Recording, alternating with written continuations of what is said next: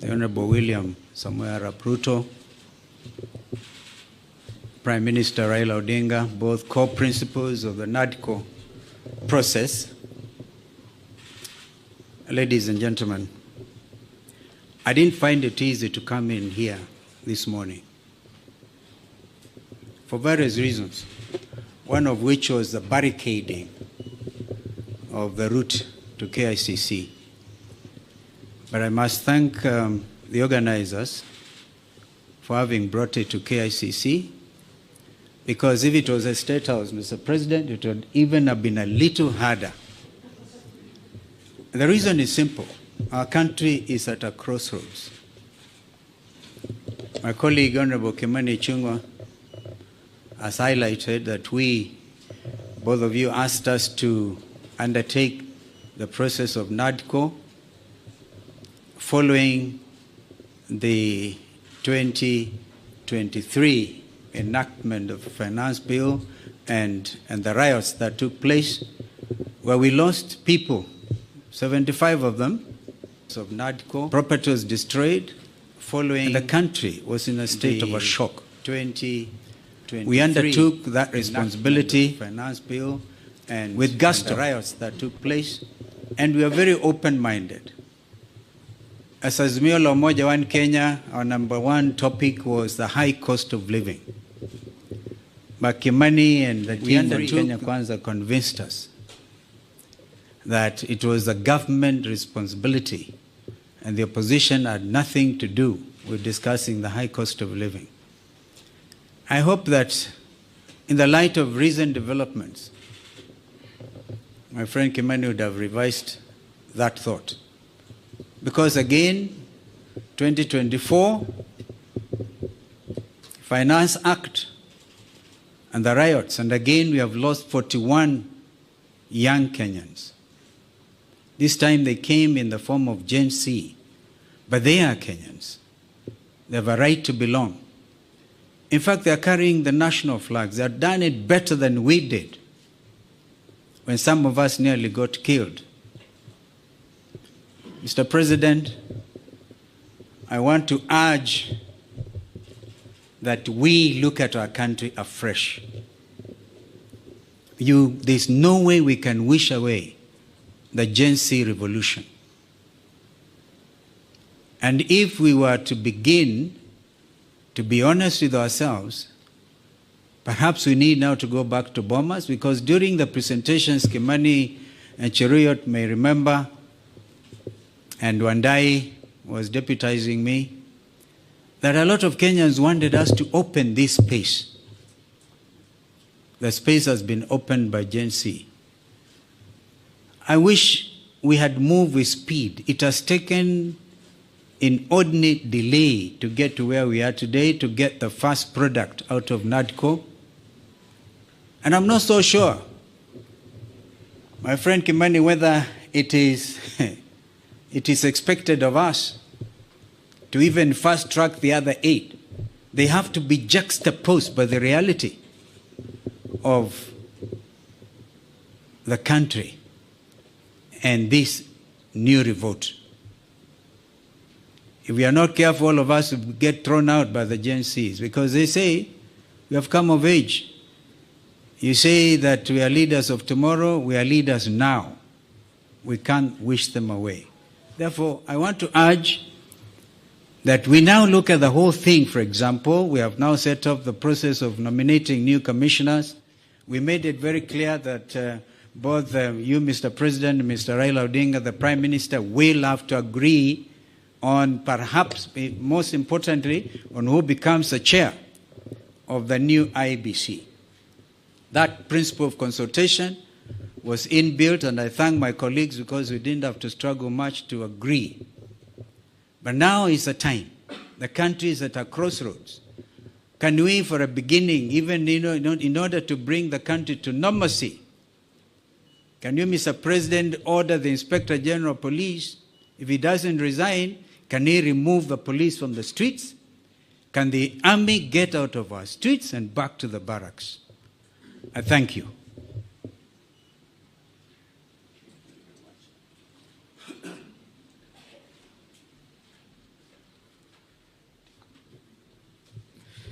Thank you, Your Excellency, former Vice President. I now have the honor to invite the former Prime Minister, Your Excellency, Honorable Raila Odinga, to give his remarks, and thereafter invite His Excellency the President.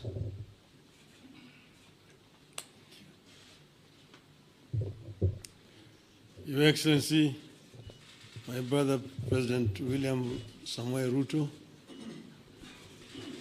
all distinguished ladies and gentlemen who are here this morning, we have come here today for a very solemn occasion. And I'm happy that this function has been arranged to take place here at KICC. As my colleague Stephen Kalonzo Musyoka said, we are at a crossroads as a country. And times like this requires leadership, the country to move forward. What we are doing today is a culmination of a process that began sometime last year when President Olusegun Obasanjo came to mediate and the conflict that was raging on at that time. We agreed when we sat together, myself and Brother William Ruto, that we would follow the route of dialogue. And that is the reason why NADCO was set up. NADCO then proceeded to dialogue and ended up with a very voluminous report which has contained some very fundamental recommendations. This bill that has now been signed into the law today is just one of those. But the NADCO report contains very many issues which are at the heart of the people of Kenya today. If you see the issues which are being raised by our youth, most of them are actually contained in the NADCO report. But if this NADCO report is implemented fully, you'll be able to address all those issues which these young people are raising. We are, as I've said, at a very, very crucial juncture in the history of our country. Our country has moved forward. There have been highs and lows in our history of 61 years. We need to move forward. And I want to say, at this moment in time, my brother, that we require now a wider engagement so that people have an opportunity to vomit all that is there in their chest in order that we can be able to find a way forward. I therefore want to support the proposal of my brother Stephen Kalonzo Musyoka that we have this conversation. It may not take more than 2 weeks, but it brings all the stakeholders together. Today, our society is fairly stratified. Nearly 70% of our population is below the age of 35, the youth. If you say that between 35 and 18 constitute about 40%, we need that 40% to be present when this dialogue is taking place. And then the rest can fill the rest. And then we just talk about the Kenya we want. The Kenya we want convention. out of that will come out recommendations that will help us to resolve this issue once and for all. That will be my proposal, Your Excellency. I think that Kenya deserves better. The issues of employment, the issues of discrimination, the issues of corruption, the issues of gender, and so on, are issues that need to be addressed in a wider forum. I think that it is possible to do. It is possible if there is a will to do it. And then here again, the IEBC is a very important institution. It's not the first time we have had issues with IEBC. If we find a solution to this issue of IEBC, it will be on the way to resolving very many issues in our country. You will remember in the last elections, the whole world was stunned when we saw an electoral commission that was completely divided. Some saying one thing, others saying one thing. You may be happy that, the other group ruled in my favor. But what example are we showing the world as a country? That in the process of a very important exercise, the commission is divided. Nobody knows whom to believe up to today. It is a shame on us.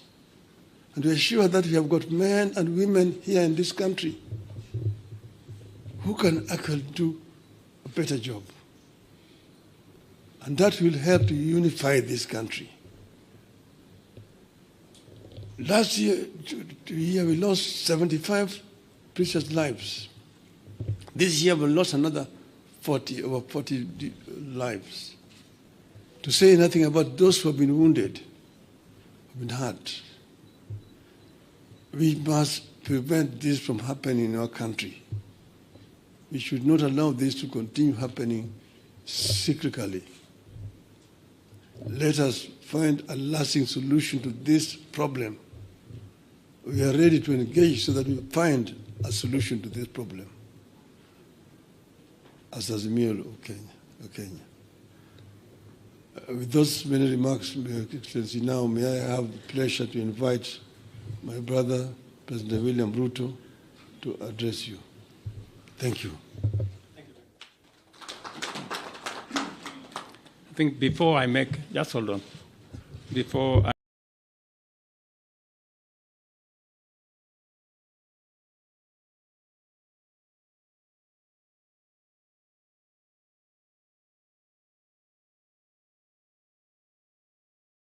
I make some remarks. I have listened very carefully to the leaders who spoke, as it should be.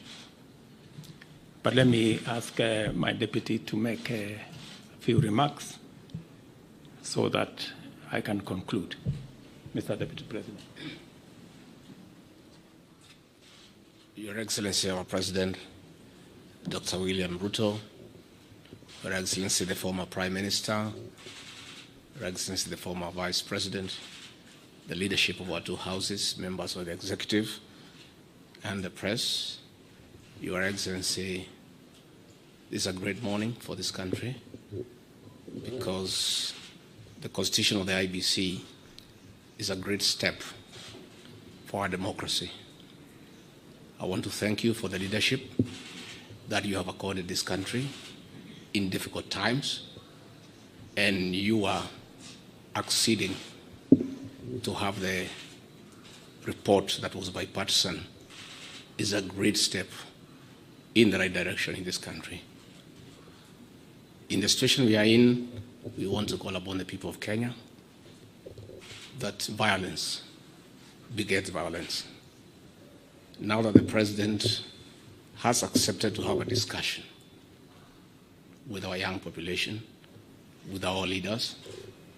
We call upon the people of Kenya to give dialogue a chance, to give consultation a chance, get off the streets, stay away from destruction of property, because Kenya is greater than all of us. And I think, Your Excellency, you have the capacity to lead us in that direction, where there is consultation and all Kenyans are able to agree on the way forward. With those few remarks, it's my duty to ask Your Excellency to address the country. Thank you. Thank you, Mr. Deputy President.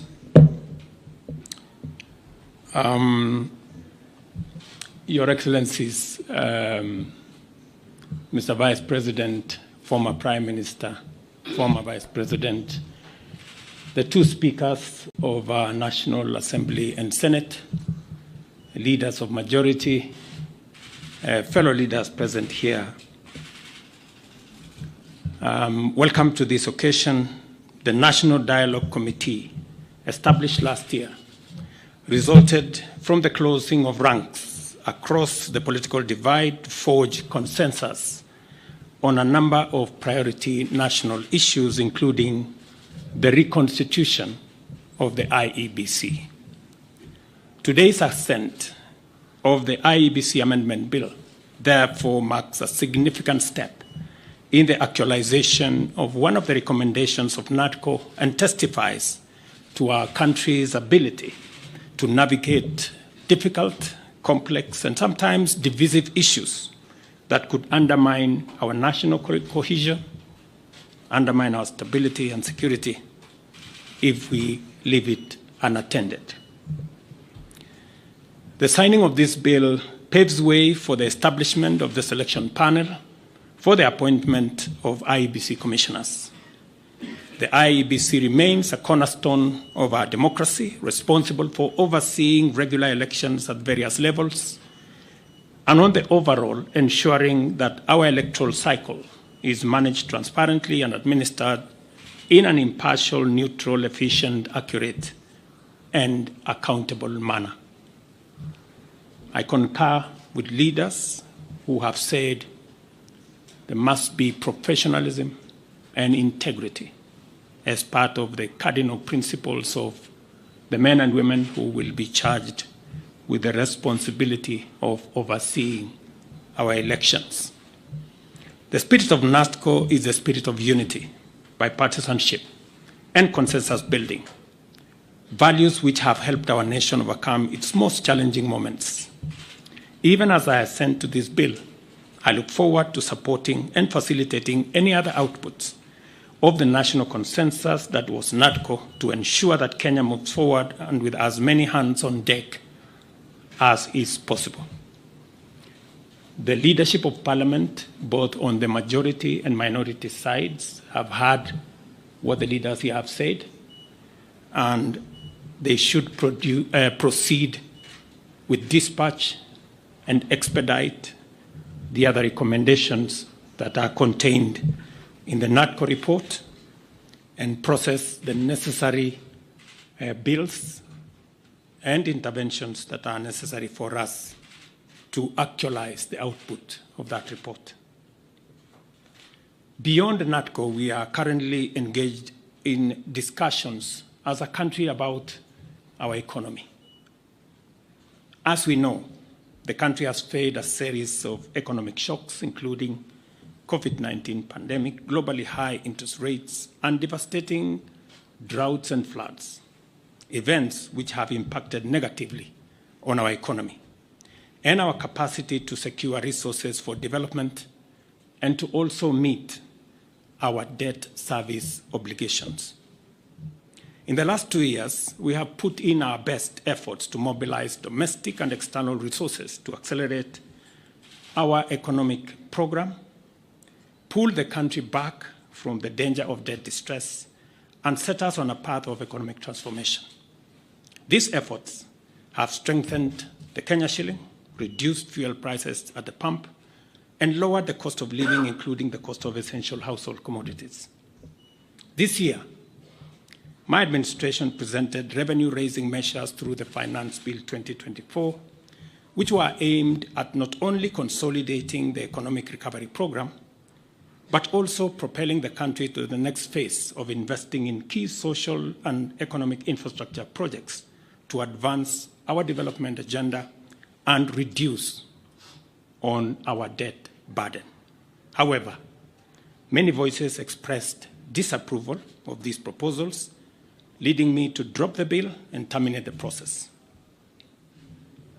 It therefore means that apart from the people of Kenya asking us to consider alternative means of raising revenue, which I agree with, there is general consensus that the country requires to confront and address long-standing priority national issues, including national debt, public expenditure, and anti-corruption measures, so as to release resources for creating opportunities, creating jobs, and creating wealth.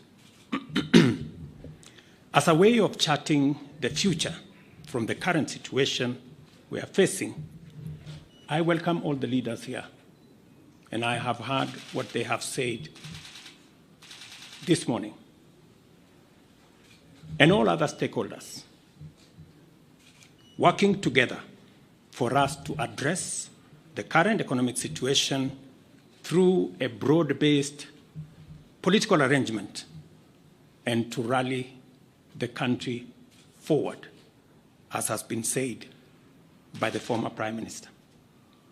And therefore, we have yet another opportunity as a country, Kenya being the resilient people we always are, to come together and figure out the future of our country in a manner that makes sure that we address the existential challenges and threats that face our nation. And that's the reason why I set up a committee to work and audit our debt, for us to interrogate our expenditure, and for us to work on anti-corruption. I want to encourage Parliament to expedite the conflict of interest bill that will support our anti-corruption measures, especially in relation to public officers. And I am hopeful that these are some of the conversations that we will be engaged in going forward. I am very confident that, as always, Kenya knows how to pull together, and leaders know how to come together in the best interest, not of individuals, not of parties, but the collective body of the Kenyan people. And I look forward to working with leaders, as I have said, going forward on a broad-based political mechanism that will see us steer the country to the future. Thank you very much to all the leaders here. Asanteni sana to the people of Kenya. Wish you well, and God bless our great country. Asante.